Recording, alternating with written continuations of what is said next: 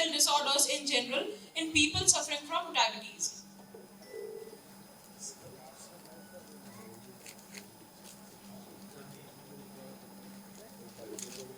Now, diabetic distress. Do we need psychiatric help? Diabetic distress is also known by the name of diabetic specific distress or diabetic related distress, and it is an emotional response seen in an individual who is living with long-term diabetes and the burden of relentless daily self-management and long-term complications of diabetes. It can also arise from various other aspects like social impact of diabetes. In India, we see a lot of discrimination based on stigma and dealing with others, people unhelpful reactions or lack of understanding about the illness, and the financial implications as it is a lifelong disease. It requires lifelong treatment and thus has got a cost treatment burden on the patient.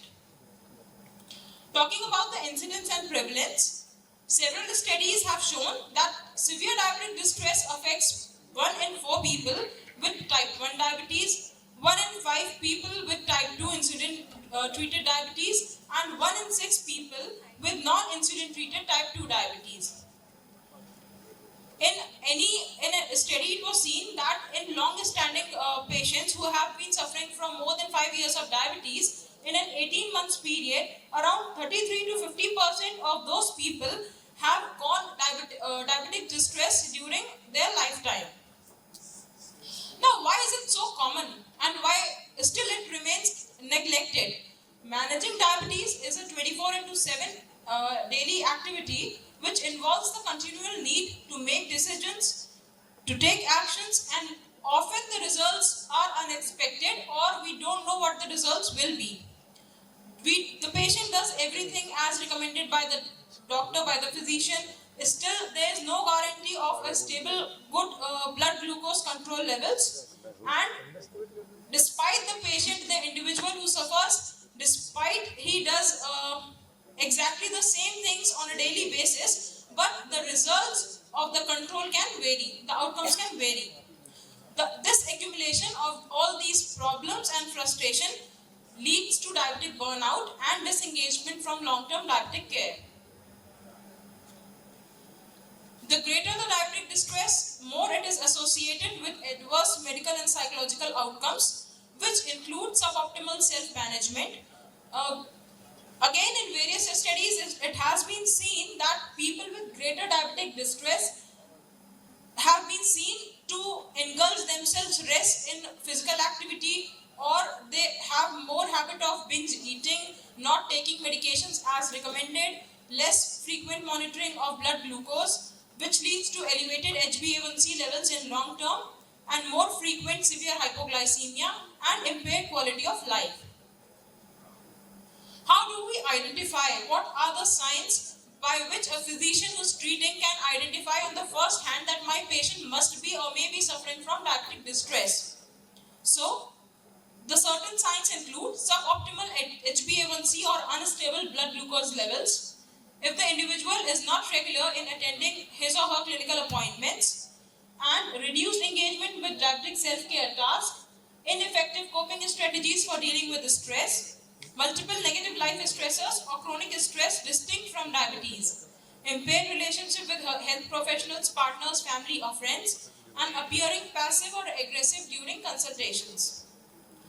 If we see any of these signs in our patient, we should interfere and ask for certain things. It is advisable that you ask your patient about diabetic distress on a routine basis to screen, as we are the primary healthcare givers.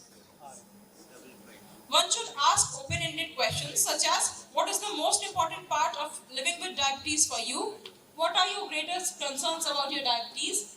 And how is your diabetes getting in the way of other things in your life right now?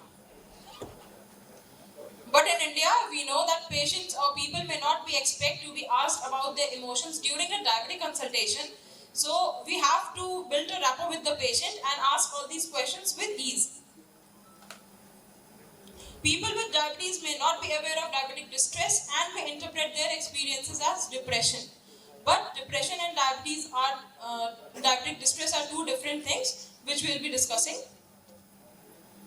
Diabetic distress fluctuates over time, and a person may not be experiencing diabetic distress today, but they may experience symptoms of distress and so signs of distress on the next visit to the physician. Life circumstances and stressors can affect diabetic distress very quickly, and this may disrupt the blood glucose levels or self-care behavior and worsen diabetes distress. Therefore, at every consultation, it is always a good idea to ask the person how they are doing for their diabetes. There are certain validated tools available to apply on an OPD basis if we have got the time. If we think that the person is suffering from diabetic distress, the two common scales used are the PADS, the problem areas in diabetes. It is a 17-item scale, and the second is diabetic distress scale. Now, we people as primary caregiver physicians treating diabetes, if you think that the person is suffering from diabetic distress and you apply a certain scale, but the person does not score enough to be qualified as suffering from diabetic distress, then what should we do? So, if not diabetic distress, one should consider other psychiatric or psychological problems. For example, depression, anxiety, or another in general psychological distress which the individual may be going on. How are diabetes and distress different? We should know it first, then only we can help the patient. So as I told you, distress is not a mental disorder. It's still not qualified as a mental disorder, but in long term, it affects the quality of life of the patient. Whereas depression is a very common mental disorder, and depression involves all the aspects of the person's life.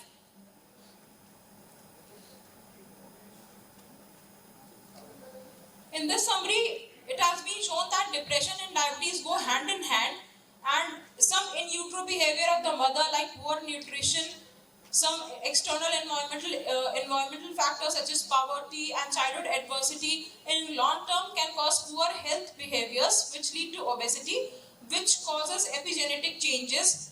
Again, it causes HPA axis dysregulation, long term inflammation, and circadian rhythm disruption, causing the activation of autonomic nervous system, leading to insulin resistance and hypoglycemia, which affects the altered neuroplasticity of the brain, and both of them leads to depression and diabetes. Depression diabetes link the biological factor. Depression is a phenotype of a range of stress-related disorders leading to activation of, as I told, HPA axis, which again dysregulates the autonomic nervous system and allows the release of pro-inflammatory cytokines. As told by sir yesterday, at the base, inflammation is the key to all. So this results in insulin resistance, and this causes depression. What are the ADA recommendations for psychological issues? We should screen people who are more than 65 years of age for diabetes, for depression and cognitive impairment more frequently as compared to the general public suffering from diabetes. And if we see that there is a major change in the life of the person, major stressor or major change in the treatment plan, like switching one patient from oral hypoglycemic agents to insulin, then we can assess for diabetic distress. If we find that yes, a person is suffering from diabetic distress, what to do? Or if an individual is suffering from depression due to diabetes, what to do? So we need to refer him to a psychiatrist. The reference depends on the need and preference of the person with diabetes, our knowledge of skill, confidence, and to address the problem, the severity of the diabetic distress, and the specific problem identified, and whether it is combined with other life significant stressors or not.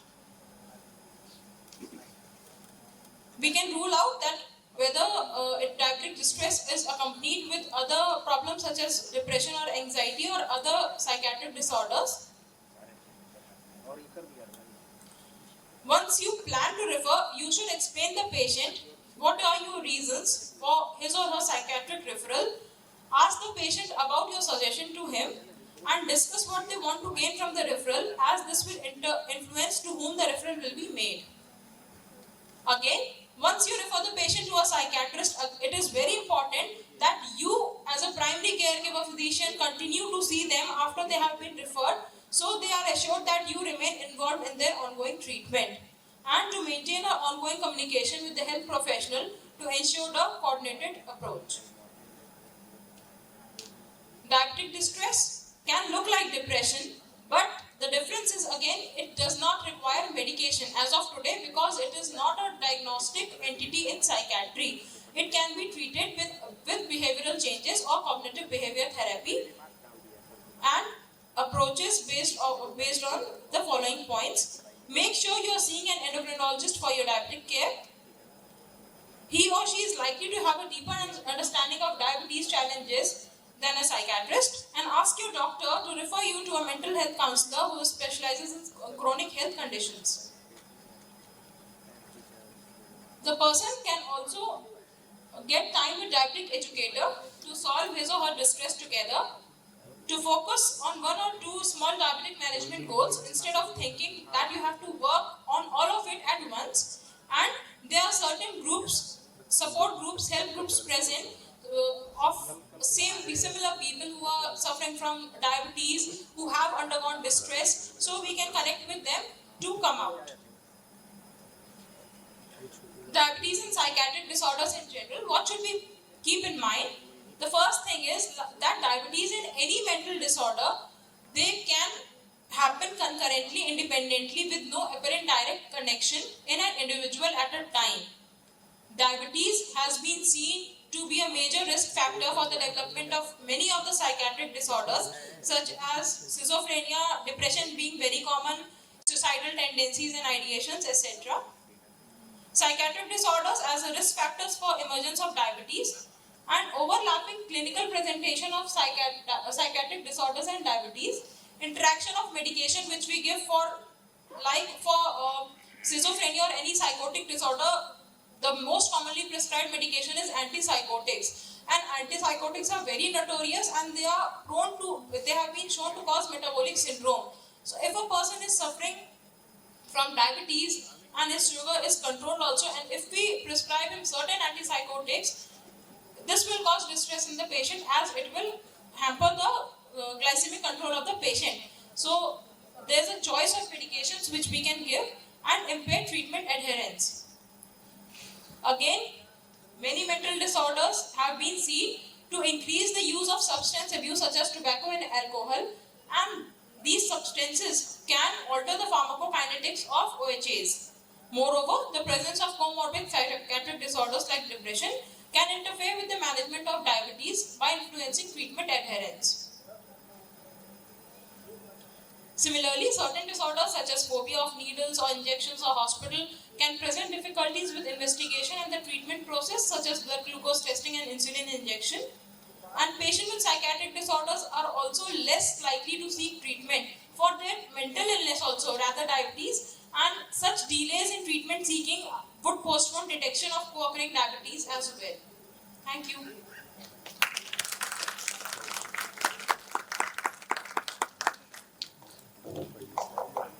Thank you, Dr. Abhilasha, for such a beautiful insight to this topic of diabetes and distress.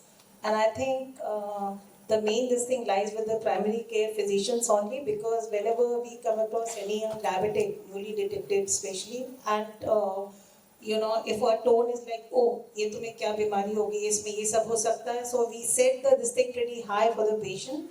So we as a doctor should be very patient, and we should convey this thing, the message to the patient in a very subtle manner, that more than half, 50% of the patient is in your hand and it can be handled, so don't worry. So I think in that case, patients wouldn't have to get into diabetic distress and to be referred to a psychiatrist. Thanks very much.